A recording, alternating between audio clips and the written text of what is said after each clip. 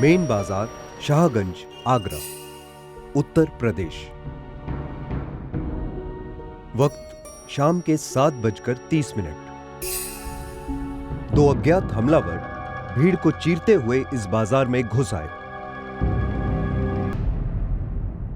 शैल कुंद्रा एक कपड़े के व्यापारी थे और उस समय वो अपनी दुकान पर नहीं थे। वो अपने दोस्त की दुकान वाधवा ज्वेलर्स में थे। 7 बजे मतलब दुकान से वो नीचे उतरे तो अक्सर क्या है, शाम के टाइम जब खाली होते थे तो वहीं उसके यहाँ जाके बैठ जाते थे। हमलावर वाधवा ज्वेलर्स की दुकान में घुस आए। दरवाजा खुलते ही दो लोग अंदर आए। एक जैसे एक कस्टमर के नाते जैसे एकदम उन्होंने आते ही फायरिंग शुरू कर दी।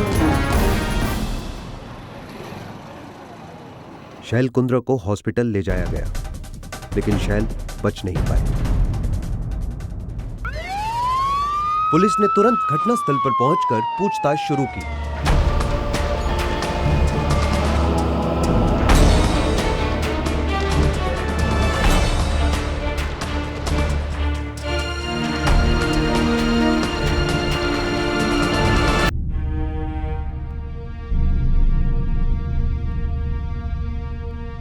अचानक एक लंबा सफेद पैंट शर्ट पहने हुए आदमी आया।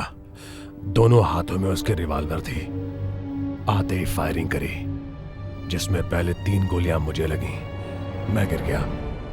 उसके बाद क्या हुआ मुझे कुछ पता नहीं है। पहुंचने के बाद लगभग काफ़ी तेज़ी से पुलिस की जो खास करके जो सूत्र हैं उनसे हम लोगों ने कोशिश की कि इंफॉर्मेशन मिल जाए। हमलावर 2 पेशेवर गैंगस्टर थे और दुकान में लगे सीसीटीवी कैमरा की मदद से पुलिस ने उनको पहचान लिया। दोनों के नाम थे बाले और रवि। पता चल गया कि बाले के ही गैंग ने इसको किया है और उसके एक और उसका क्रिमिनल जो था, जिसका भी चेहरा सीसीटीवी फुटेज में आया था, वो भी आइडेंटिफाई हो गया। हमलावरों को पहचानने के बाद पुलिस ने उन्हें पकड़ने की मुहिम छेड़ दी।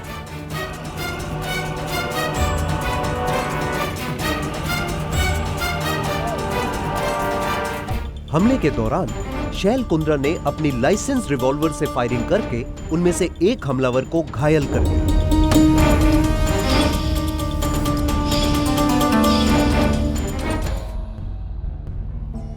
अगले दिन सुबह पुलिस को पास के एक गांव में खाई में पड़ी हुई एक लाश की जानकारी मिली।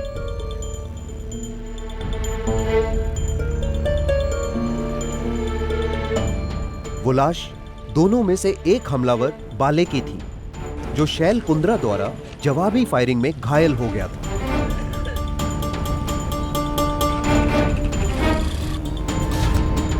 फिरोजाबाद का एक बहुत ही नोन शूटर था, हायर्ड एसेंट जिसको कहते हैं, बाले करके था।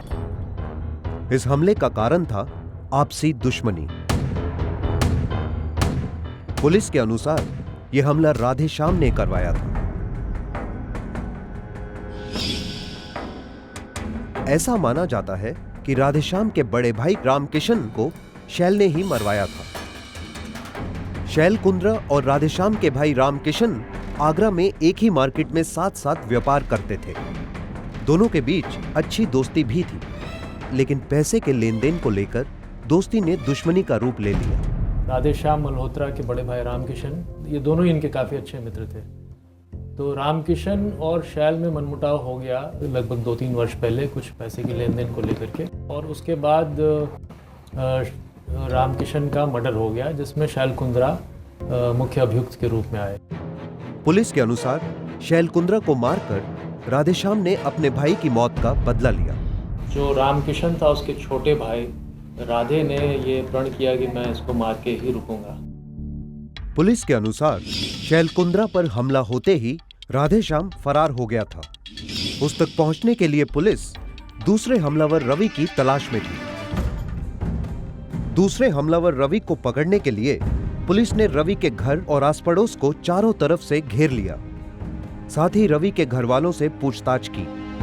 रवि जानते हो? कहाँ रवि? हम रवि को नहीं मालूम सर, हम शंभुआ को जानते हैं। तुम जानते हो रवि को? हाँ सर। तुम कहाँ रहते हो? यहाँ सर। वो कहाँ रहता है? इधर ही पे सर। रवि को नहीं जानते तुम? हाँ जी। कुछ भी नहीं पता? हमें नहीं मालूम सर। लेकिन रवि पुलिस के हाथ नहीं लगा। प्लानिंग ऐसी थी इनकी कि घटनाक्रम से 2-3 घंटे पहले ही सबको इन्होंने दूर कर लिया था, अपने परिवारजनों को, अपने घर को बंद कर लिया। और घटना होने के बाद जितने मोबाइल फ़ोन थे सब स्विच ऑफ हो गए हैं। हमलावरों के लाख छुपने के बाद भी पुलिस को हमले के पीछे छुपे लोगों की जानकारी मिल गई और साथ ही पुलिस को यह भी मालूम हुआ कि इस पूरी घटना के पीछे राधेश्याम के साथ किसी बड़े माफिया का हाथ भी है। यहाँ पे एक माफिया था पहले, ओपी करके, ओम प्रकाश। हमारी सूचना के अनुसार वो पिछले 3 दिन से यहाँ कैंप कर रहा था और संभवतः उसने ही सुपारी ली और ये पूरे इसको एग्जीक्यूट कराया उसने, इस पूरे ऑपरेशन को। इस हत्या से संबंधित पुलिस की जांच इतनी तेजी से चल रही थी कि राधेश्याम ने खुद ही अपने आप को पुलिस के हवाले कर दिया। खून का बदला खून, आपसी दुश्मनी ने एक और जान ली, लेकिन इसमें पिस गए मासूम परिवार वाले। इन बच्चों का बाप नहीं रहा, मां ने खोया बेटा।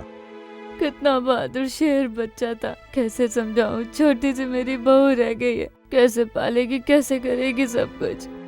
और पत्नी ने पति, उसका जीवन साथी, और एक भाई का बाप समान बड़ा भाई नहीं रहा।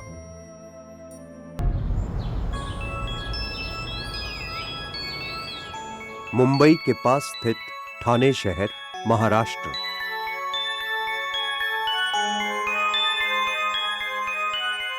दो पड़ोसी, इंद्रकली और चौहान परिवार।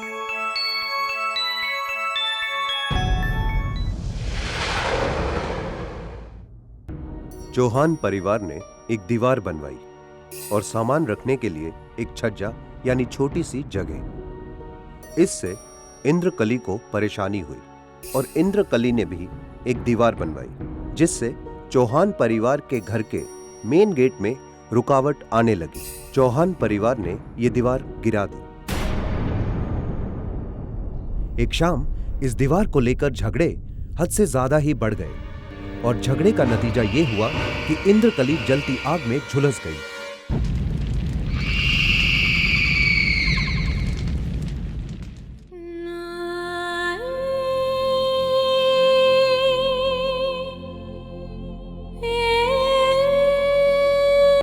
एक शाम इस दीवार को लेकर झगड़े हद से ज्यादा ही बढ़ गए और झगड़े का नतीजा यह हुआ कि इंद्रकली जलती आग में झुलस गई।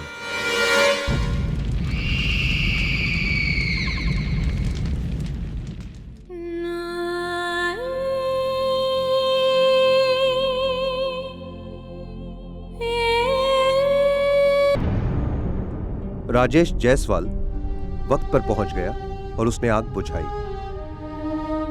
राजेश इंद्रकली का गोद लिया बेटा है। मेरा सर दर्द कर रहा था, मैं मेडिकल पे गया, गोली लेके आया तो देख रहा हूँ तो यहाँ पे आके मेरी मम्मी बहुत चिल्ला रही है, तड़प रही है मेरी माँ। तो मैंने आग देखा तो मैं पानी डाल के बुझाया माँ को। पुलिस अधिकारियों की मदद से राजेश अपनी माँ इंद्रकली को तुरंत अस्पताल ले गया।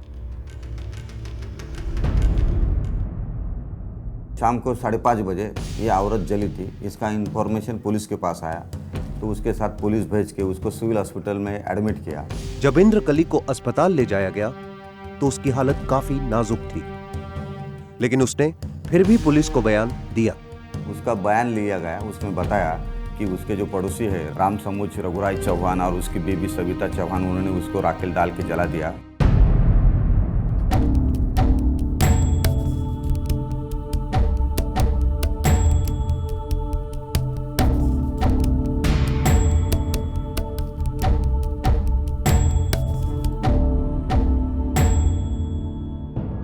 दो दिन बाद अस्पताल में ही इंद्रकली की मौत हो गई।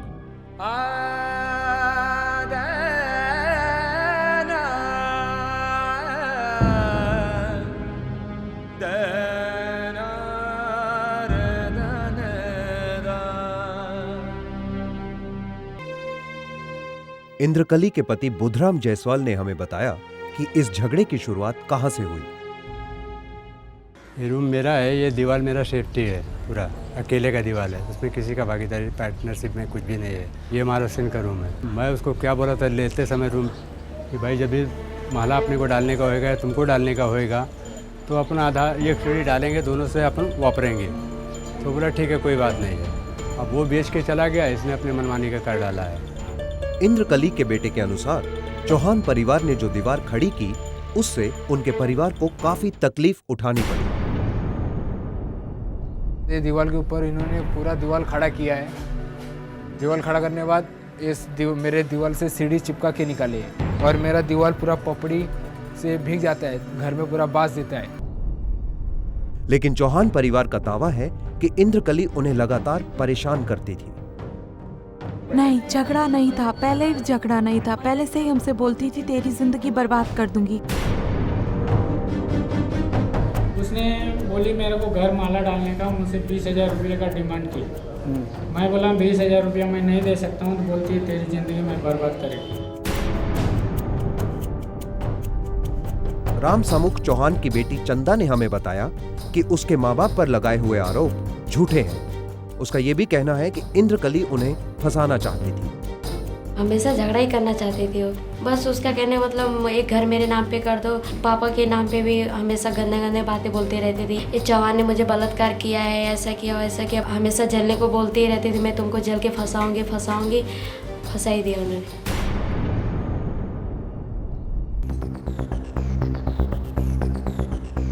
मैंने सुबह 8:30 बजे घर से निकला और काम पे सीधे आया।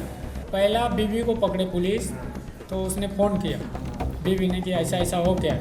वहाँ क्या हुआ था वो मुझे मालूम नहीं था, मैं नहीं था। उस शाम राम समुख चौहान के बेटे रविंदर चौहान ने इंद्रकली के घर के बाहर लगी ईंटों की दीवार गिरा दी और रविंद्र के अनुसार दीवार गिराने के बाद इंद्रकली ने उसे धमकी दी थी कि वो अपने आप को जला लेगी। वो जो ईंट है ना, उसकी दूसरी बार ईंट, वो हम लोगों को जाने को जगह नहीं था, वो हम लोगों ने उसको वहाँ कर दिया उसके दरवाजे के इधर। फिर वो हम लोगों को गाली देनी शुरू कर दी। उसी दिन उसने बोला मैं अभी तुम लोगों को फंसाऊंगी, केरोसिन डाल दूंगी और मैं चल जाऊंगी और मैं तो दवाई लूंगी तो ठीक हो जाऊंगी। जिस वक्त ये घटना हुई रविंद्र घर पर ही था। उसके अनुसार इंद्रकली ने खुद को आग लगाई और वो भी अपने बेटे राजेश जायसवाल के सामने। वो चलने को गई, उसका लड़का था, उसने पहला मैसेज जलाया, उसके लड़के ने बुझा दिया, दूसरा भी जलाया, वो भी बुझा दिया, तीसरा जलाया उसने, फिर वो उसके लड़के ने पानी उसके ऊपर डाल दिया। फिर मैं बोला आंटी इंद्रकली जल गई। फिर वो गई हॉस्पिटल, वो पुलिस लोग आए। और वो घटनास्थल में ऐसा उधर स्थिति थी कि केरोसिन वो सब गिरा था।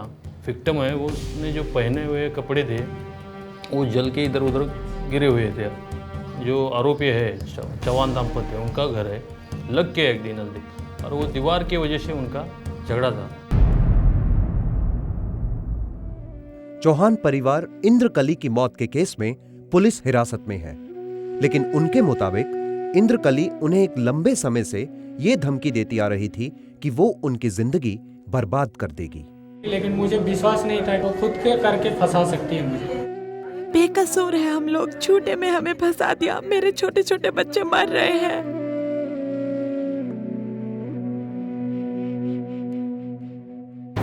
सच पुलिस की जांच पूरी हो जाने के बाद सामने आ ही जाएगा। फिलहाल पुलिस ने इंद्रकली के मरने से पहले दिए गए बयान को ध्यान में रख के एफआईआर दर्ज कर ली है। इंद्रकली गावड़े, उसको जो जलाया गया था, उसका इंतकाल हो गया, तो उसके लिए 302 कलम लगाया है मर्डर का। एक पड़ोसी जेल में है, घर पर है एक बेटा और एक बेटी अकेले। दूसरा पड़ोसी मर चुका है, शोक में है एक बेटा अकेला। दोनों पड़ोसी थे, हमसाए थे, एक दूसरे के सुख दुख के साथी भी हो सकते थे।